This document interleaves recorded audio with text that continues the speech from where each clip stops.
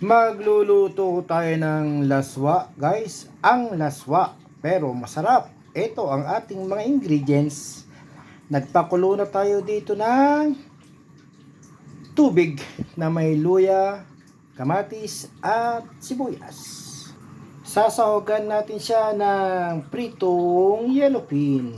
Saluyot, malunggay, okra, sigarilyas, kamote, at alugbate. Ayan. Yan lang yung mga available na gulay dito. Kaya pagsasama-samahin natin. Last one na yan, guys. Sahugan lang natin ng yellow pin na prito. Pwede na yan. Lagyan natin tong yellow pin dito. Tapos, tatanggalin din natin siya mamaya pag kumulo. Para yung lasa niya pumunta na dyan. Lagyan na rin natin siya ng bagoong isda mula pa sa Pangasinan. Alright. Maalat is real. Tapos hintayin lang natin siya kumulo. Yan, habang papakulo pa lang siya, ilagay na natin ang pinagbabawal na technique. Ayan ang pinagbabawal na technique para maluto siya masyado. Malasang malasa. At ang sikreto ng mga gwapong kusinero, ang isang kutsarang asukal. Ayan, hindi kasi tayo nagbe-betchin, kaya pwede na yun. Ayan na, kumukulo na mga good looks. Tikman natin ang sabaw, kung pwede na ba. Napakasarap mga good looks. Malasang malasa na, wala pa yung gulay ha. Ngayon, pwede na natin tanggalin yung ito mga isda natin at ibalik na lang natin mamaya. Para paglagay natin ng gulay, hindi madurog tong mga isda. Ayan. Kasi pagka hinalo mo yung gulay, kasama itong isda, madudurog to. Kaya dapat tanggalin lang muna. Pero ibabalik din natin yan maya maya. Ipapaibabaw na lang ulit natin yan. Ganyan lang pagluto ng laswa. Or sa Ilocano ay mga diningding. Sa Tagalog yata o Bisaya ang tawag nila dito ay laswa. Laswa pero masarap. Yan. So pagkatanggal natin ng isda, pwede natin lagay itong malunggay.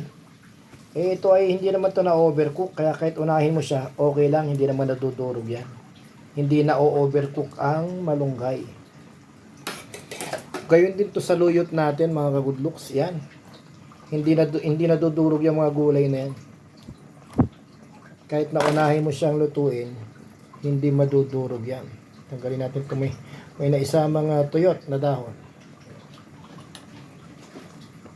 Kahit unahin mo yan, naku, napakasustansya nito mga kagudloks. Green and leafy foods. Ayan o.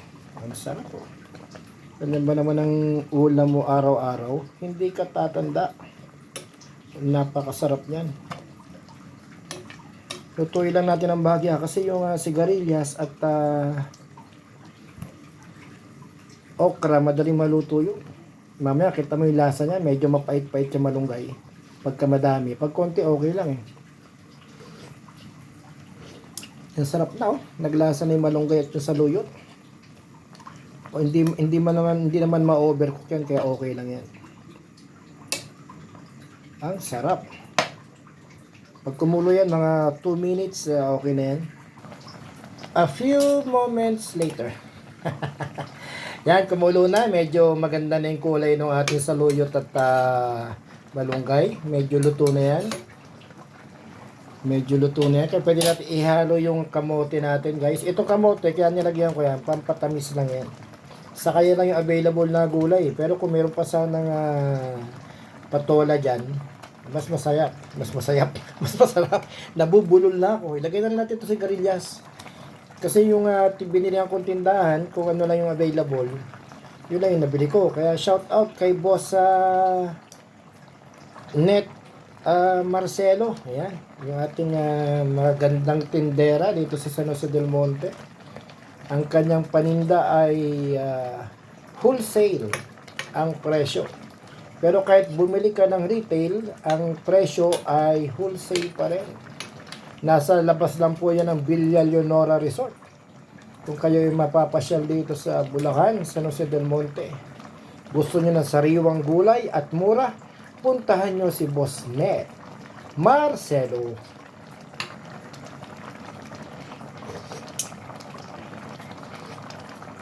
Ang sarap. Ang sarap.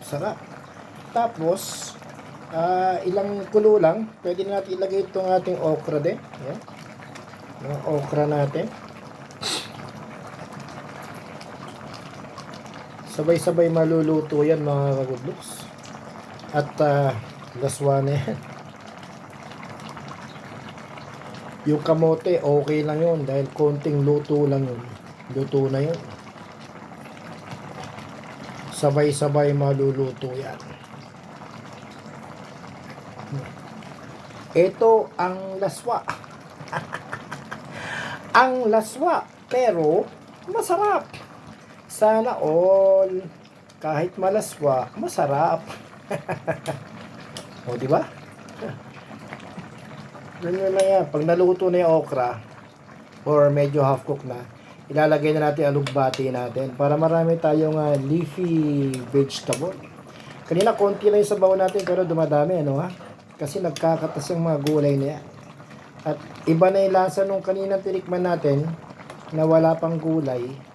Iba rin yung lasa niya ngayon na may gulay na. Tignan natin. Ang sarap. Lasang-lasa na yung mga kagulayan, guys. At hayaan na nga, a few moments later ulit, ay half-cooked na yung ating kagulayan, ating okra at sigarilyas. Pwede natin ilagay itong ating alugbati. Ayan, ang alugbati masarap. Napakasarap yan pagka sinama mo sa munggo. Kahit dito sa laswa, kahit malaswa. Kahit ang laswa ay masarap. Pag naibalik mo na yan, ayan, naibalik mo yan. Pwede na natin ibalik ang ating isda. Yan. Alright, ito yung ating yellowfin na naprito kanina umaga. Na dapat ay ating iiskabeche pero nilagay na lang natin sa laswa. Yan, hintay lang natin siya maluto. Mga 2 to 3 minutes pa guys, lutong-luto na yan. At masarap na masarap yan. Promise. Oha. Oha. At imekos-mekos lang natin yan mga kagudloks. Imekos-mekos lang. Mekos-mekos. Parang isda ay pumunta sa ilalim at na maglasa. Ayan oh. Ang sarap niyan mga kagudloks oh. Half cook pa. Mga 2 minutes pa guys. Mga 2 minutes pa at masarap na yan. Goods na yan. Ang laswa. Pero masarap. Ayan. Pwede na mga kagudloks. At syempre ano gagawin natin? Patay na natin ang apoy. Kasi yung init niyan, yun din na magluluto dyan. At i-plating na natin mga kagudloks. Ang masarap na laswa. Ito na. Dito na. Ayan oh. Yan na po yung gulay natin. Kagulayan natin. May mga sari-saring dahon. At gulay, syempre. Oha. Wala lang tayong sitaw at kalabasa. Pero kung ano lang yung available na meron kayo dyan, pwede na yan. Yan ang kamote. Oha. Ang sarap niyan. Tapos mayroong sigarilyas. Alright. At okra. Yan. Tapos, ilagay na natin itong ating fish. Ayan, ang fish natin, mga kagudloks. Alright. At mainit na pala. Mainit.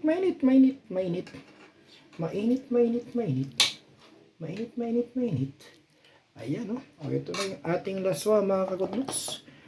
Masarap to na ulam. May fish. May vegetable na sariwa.